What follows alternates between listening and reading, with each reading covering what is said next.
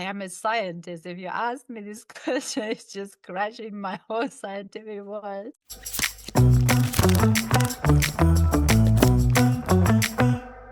My name is Azadeh. I am the founder of betterSoil. I grew up on a farm. My grandparents were farmers. My both uncles are still farmers. And I was connected my whole entire life to soil agriculture.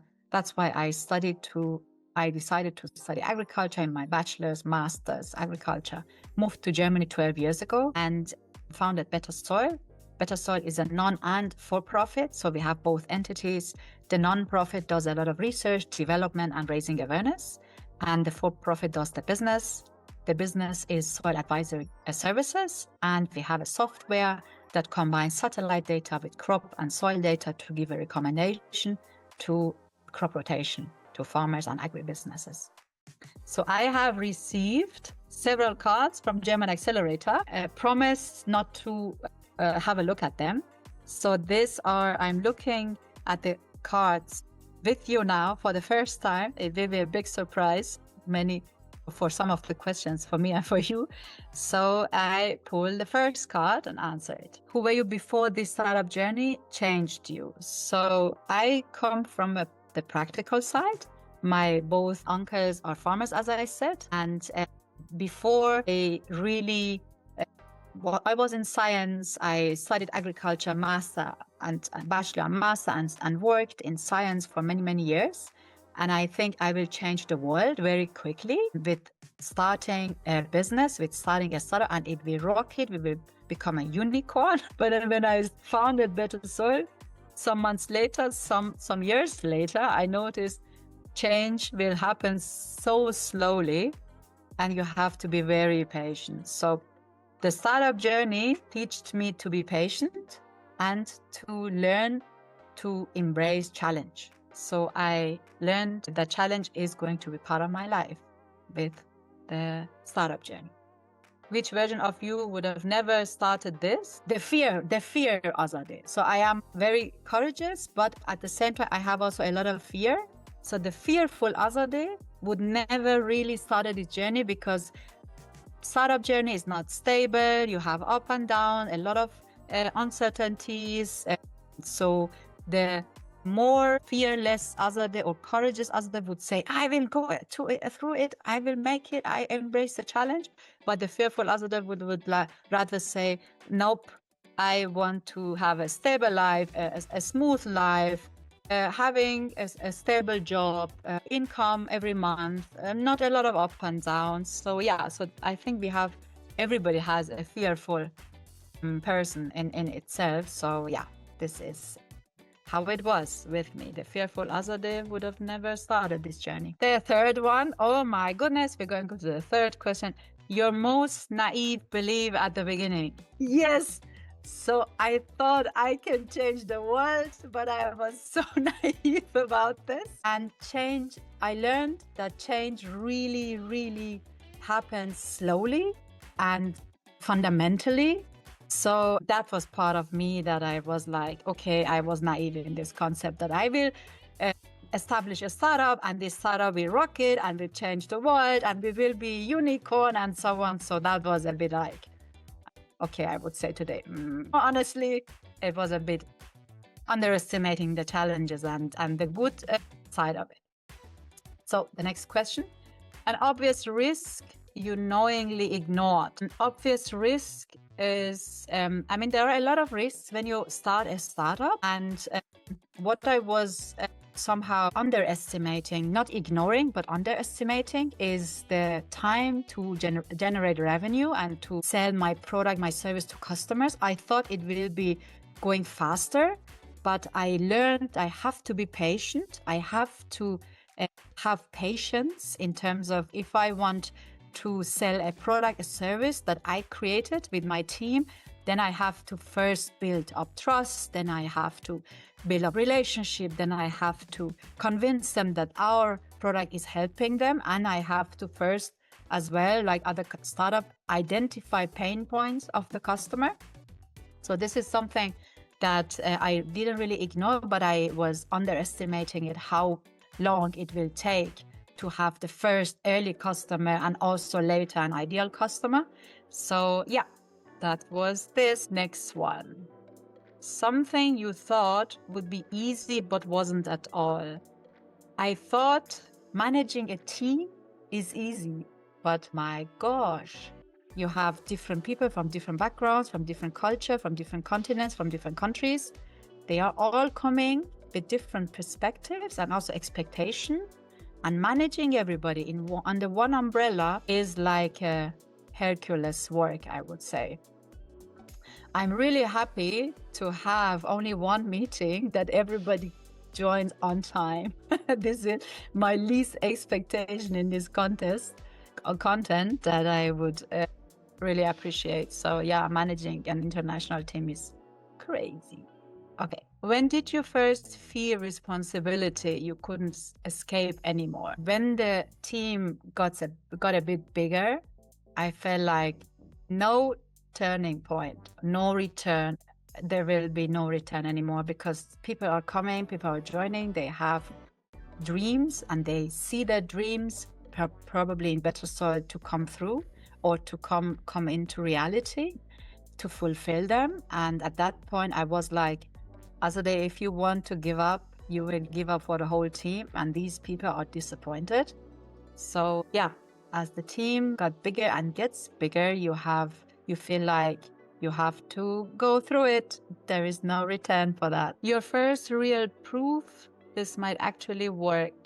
So I was in Iran. This is where I grew up, where I come from, and I had a pilot project with my uncle. It was about improving soil health on his field, and that was very simple treatment that we did. We treated some of his trees. He has pistachio trees. Treated some of his trees with biochar and compost, and a little bit soil improvement, soil health improvement, and so on. And 6 months later, we compared the leaves of the trees that we treated than the leaves of the trees that we didn't do anything with. And the trees that we were working with, the leaves were much bigger, much stronger, much greener. The tree can do a lot of photosynthesis with this leaves, big leaves. And the pistachio nuts, so the things after flowering, they got bigger for these trees than the other ones. And we didn't do a lot. That was a very small pilot project. And at this moment, when I compared the leaves, see how impactful a bit of soil improvement or soil health improvement can be in our food production, in our environmental preservation, and also reduction of carbon dioxide, because the grower the tree, then the more carbon dioxide it will remove from the atmosphere, and more food, fruits, whatever he can produce for you. So that was the moment that I really believed in a bit of soil health improvement can really change the world. Your first fake it till you make it moment. Oh my God. So I would say half of my time I try to fake it till you make it. And then after a couple of months, I mean, the betterSoil has been there for 5 years now. So 3-4 years at the beginning, we didn't have a lot of customers, a lot of big names that we were working with, a lot of relationship, a big network. We didn't have a lot of this. So, but I believed we will grow and we will rock it. So I really faked it till I'm making it. So I went to different events. I somehow explained, as I have a big network and I have a lot of customers. I didn't lie. I never lied, but I mentioned a couple of words that feel like, okay, I am really faking it. But yes, so my first moment when I felt that I'm faking it was that we were in a project. We wanted to get a project with one of the biggest prize chips producer in the world. And in this call, we had a lot of examples of our potential customers. And and in this call, I really noticed, Azadeh, you are faking it probably too much. But I never lied. It was just highlighting customers or potential customers that can be our real customers. So, but oh my goodness, fake it till you make it. It's I think it's a way to go. So a problem that kept coming back no matter what you did. I can't say disappointment, but I would say energy. You have to fill in your energy as a founder yourself, and sometimes you get empty, and you have to coming back to yourself. You have to regenerate. You have to refill your energy, because as a founder, you are the stream. You are the spring of energy for all of your team members. Everybody is looking at you. If you are empty, they feel empty. If you're energetic, they feel energetic and very motivated. So I had to really come back again and again to myself to refill my energy such that I am enough for everyone. I have enough for everyone. And this is something that I cannot really afford to be empty. Otherwise, the whole team will be impacted. And this is nothing that we want. So yeah, that is, it's not a problem, but to coming back and refilling by meditation, by yoga, this is something that sometimes also costs a lot of energy. Sometimes when you have a lot of rejections and you have to refill yourself anyway for going on, for going through it, then it needs a lot of motivation and strong consistency, persistency to do it. So yeah, to refill when you're empty is very challenging. One of the decisions that drained you most, the decisions that drained me most, I don't know if I have this. So I don't really, so there were a lot of decisions that I felt like, was it right? Was it wrong? But I remember, if it can also include rejections. I remember 1.5 years ago, we got a rejection from one of our funders, and it was about 200,000 euros. And after this rejection, I felt really, really hurt. So it hurt me a lot. And I felt personal wounds in myself. And their decision really drained me in terms of energy, in terms of motivation, in terms of I was thinking, am I on the right track? Am I wrong? Am I stupid? Is my startup stupid? Is the business idea behind it stupid? So that was really difficult for me. It took me maybe 6 months to deal with to refill, to regenerate, to come back to myself in terms of, hey, have self-confidence. One rejection should not really impact your health and your mental health so badly, but it did. So that was, I think, their decision and not my decision that drained me most. Okay, the most surreal moment as a startup founder. As a startup founder, you meet a lot of people, and some of these people are really cool. I remember the moment that I met Natalie Portman. She is an actress and Hollywood filmmaker. I think that was a really, really cool moment that I had in my startup journey. I had a message to share with her. I had my startup to talk about. I had my mission to show, my vision to describe. So that was really a good moment for me, because I would have been there probably as a private person. I would have probably asked her about her journey, about her life. But in that moment, she was listening to me for 5 minutes, and 5 minutes to talk to Natalie Portman about betterSoil, about soil health on the global scale and so on. I think it's something cool that I really remember. A situation you realized your plan wasn't working. Yeah, I mean, sometimes you have a plan and you feel after some months, oops, that was not a plan. It was a joke. Yes, so we decided to start first with our services, consulting, face-to-face soil advisory service, and so on. And I was very optimistic about, and I had a plan, communication plan, marketing, how we can approach to our farmers and so on, our B2B customers. And after a couple of, let's say, 2 years, I noticed this is nothing that I can really offer, because there are a lot of more experienced people in Germany, at least, doing the same or similar thing. And after 2 years, I noticed it's not a plan. It's just a duplication of the work that I'm doing. I'm just repeating others' work. And that's why we changed this to a software. And the software is now becoming our unique selling point, because this is not something that everybody is offering. So at this moment, I noticed, nope, this is the situation that I have to change my plan. Your most arrogant moment as a founder. So yeah, to survive. So the ego should come first sometimes, and you should be sometimes arrogant. Otherwise, you will really disappear on the market. And you have to think about yourself. You have to think about your team member. I love my team, and I really prioritize my team members, sometimes over myself. I don't know if it's a good thing or a bad thing, but yeah, I have to push my startup to go on the market and to stay on the market. And this is, I think, the arrogant moments that I have, plural, because there are a lot of moments, to survive. Otherwise, there will be no startup anymore. I am a scientist. If you ask me this question, it's just crashing my whole scientific world. So if I would explain the whole startup to a 10-year-old kid, I would say, hey kid, open the refrigerator, take whatever you feel you want to eat. Imagine where it comes from. So it comes from soil. Soil produces it. It's growing. Your tomato is growing on the soil.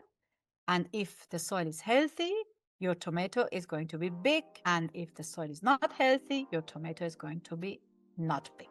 If you like big tomato, you have to go for big, healthy soils. And this is what we do to increase soil health on agricultural land. So big corn, big tomato, big soil health. A situation you were completely wrong, but didn't want to admit it. I think the same direction was fake it till you make it.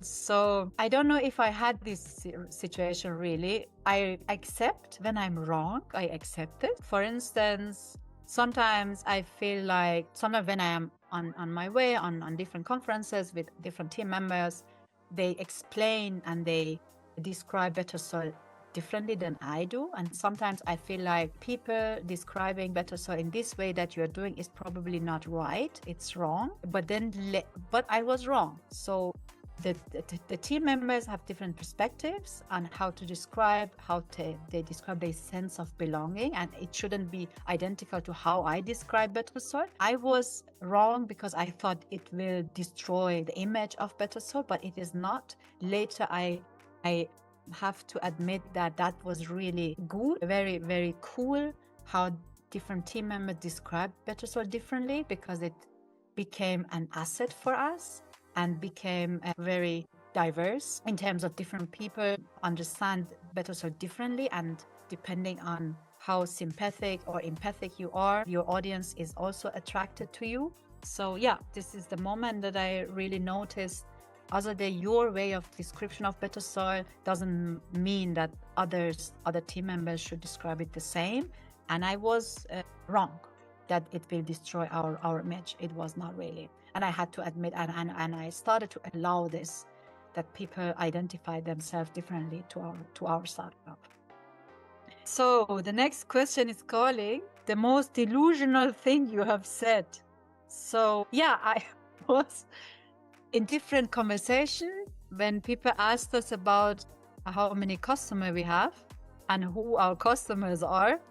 We always said that we have a lot of customers, and also some big names can be our potential customers or are potential customers instead of can be, like Nestle, like McCain, like other big names. But that was not really true. So we didn't have a lot of customers at the beginning. There was no one buying our service. So that was really delusional, I would say. Or maybe just related to fake it till you make it. So, okay, so I see this is getting smaller and smaller. That's a good thing. Okay, the next one. Something you sacrifice and won't get back. Oh my God, what should I say? So it is...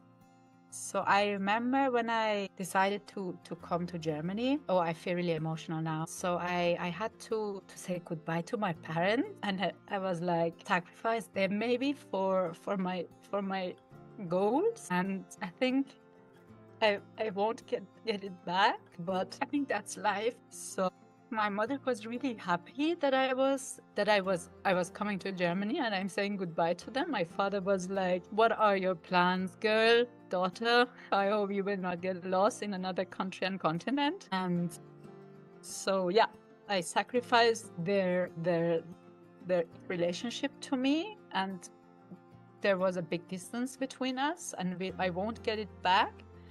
But I think I will not really regret it because they were really proud of me later. So this is, I think, life. You have to sacrifice some of your goals to get the bigger goals, and otherwise it will limit your growth, and you will never grow. So for growing, you have to really break the shell, and this shell can be also sacrificing other things. Otherwise, you will stay small and you will never rocket and you will never get big.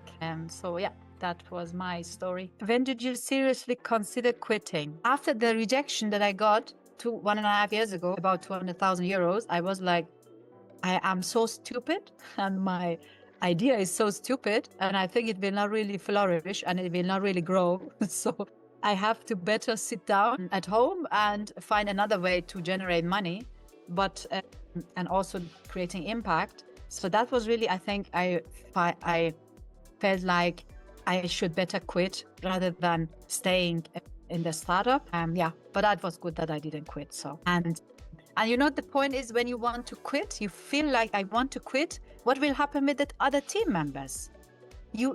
They are trusting you, they are working with you, they are looking at you as a source of energy, a source of motivation, impact, and pushing forward, pushing to break the cocoon around you, to break your limits, borders, to grow. You can't really quit. If you want to quit, then you have to take a lot of responsibility from others that are looking at you. So it's not easy to quit. But there are still moments that you feel like I have to quit. So what would have had to happen for you to actually give up? So there are a lot of moments that you feel like I have to give up, like the previous question, to quit. But what would have happened for me to actually give up? I would say if I would have had a good team, I would have really gave up earlier, much given up earlier. I would have said, no, this is nothing for me, and I will not really go further. So that was the team members, the whole team around me, behind me, in front of me. These are people who are really giving me the motivation not to give up. If my startup was an animal, which one would it be? My startup would be a turtle. A turtle which is really slow. And so steadily and slowly, these are two of our skills. We are slow like a turtle. And do you remember the game between the rabbit and the turtle? And at the end, the turtle wins. So yeah, so we are that. What changed you more than anything else?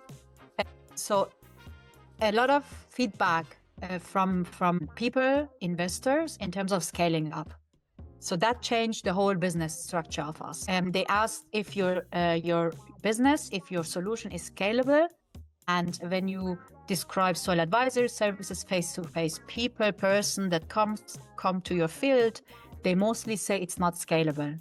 So this is something that really impacted us very, very strongly. And that's why this is the beginning of our software. And so the feedback that is not scalable, our work is not scalable, came or changed as such that we developed the software and we got into IT, AI, technology, just to make our solution scalable on a global scale. So yeah, that was changed our business model entirely. Most irrational fear as a founder.